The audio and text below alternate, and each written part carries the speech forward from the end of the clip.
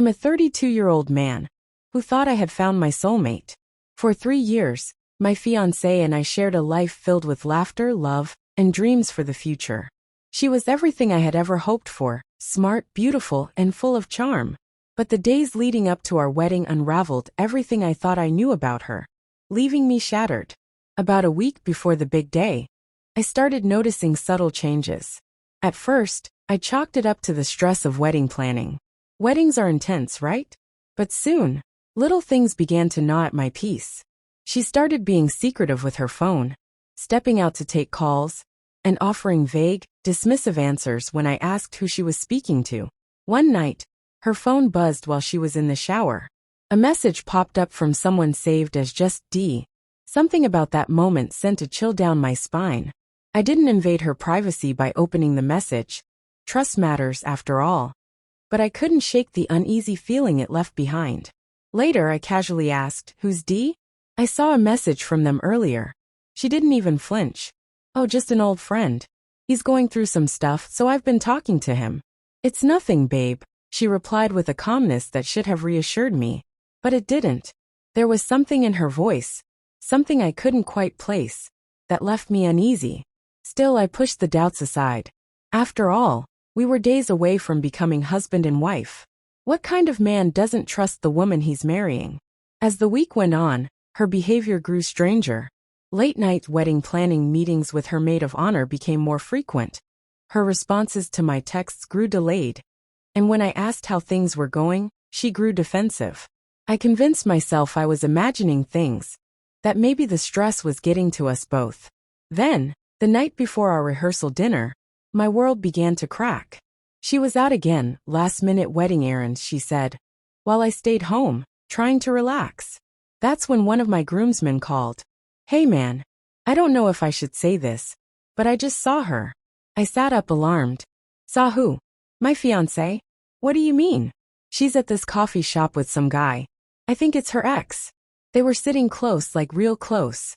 It didn't look like they were talking about seating arrangements, if you know what I mean. The words hit me like a sledgehammer. My heart sank.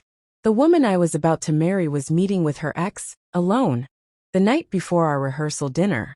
I tried to keep calm, but inside I was a storm. The next morning, with my head still spinning, I arrived at the venue early, hoping the quiet would help me think. Instead, I found her standing in a secluded corner, with him.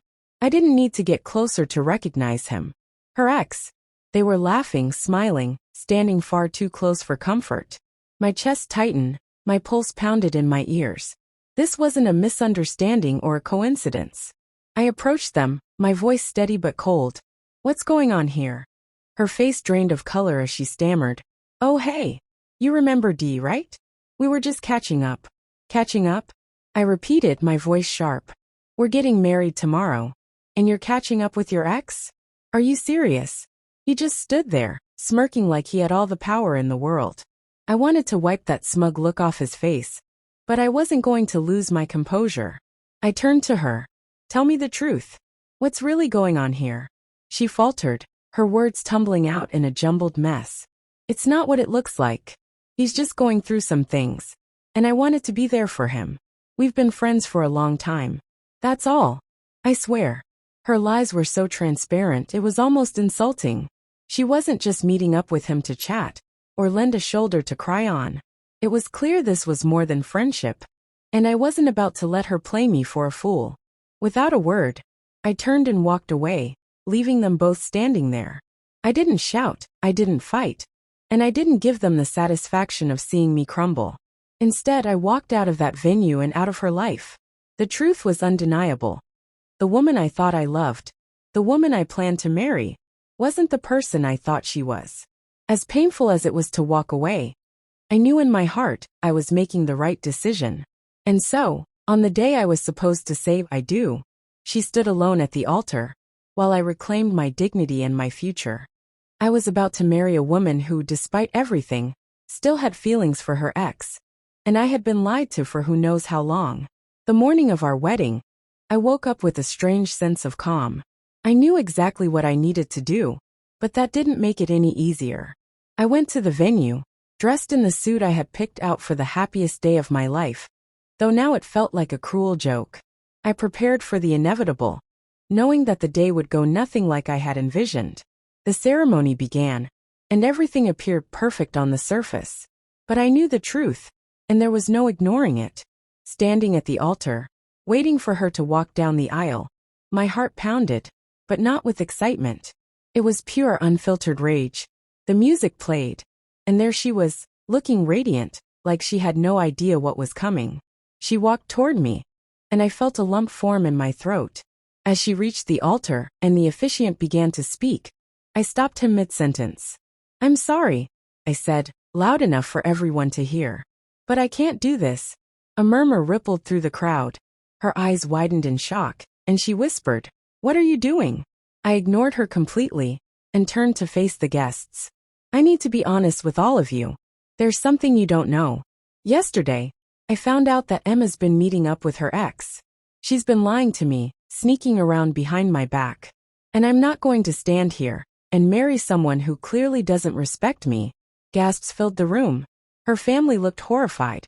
My friends were in utter disbelief. She stood there, tears welling in her eyes, but I wasn't finished. "I deserve better than this," I continued, my voice steady but full of hurt. "You invited him to our wedding.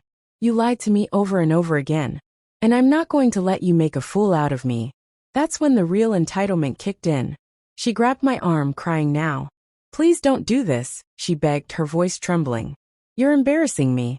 Think about what you're doing to me. Everyone's going to think I'm some kind of monster. You can't just leave me like this." Her tears didn't move me, not anymore. I had seen who she really was, and I wasn't about to back down now. I pulled my arm away firmly. "You did this to yourself." But she wasn't finished. She switched tactics, lowering her voice to a whisper. "If you leave now," she said, "I'll tell everyone you were impossible to deal with. I'll say the wedding stress made you snap. No one will believe you." The words left a bitter taste in my mouth.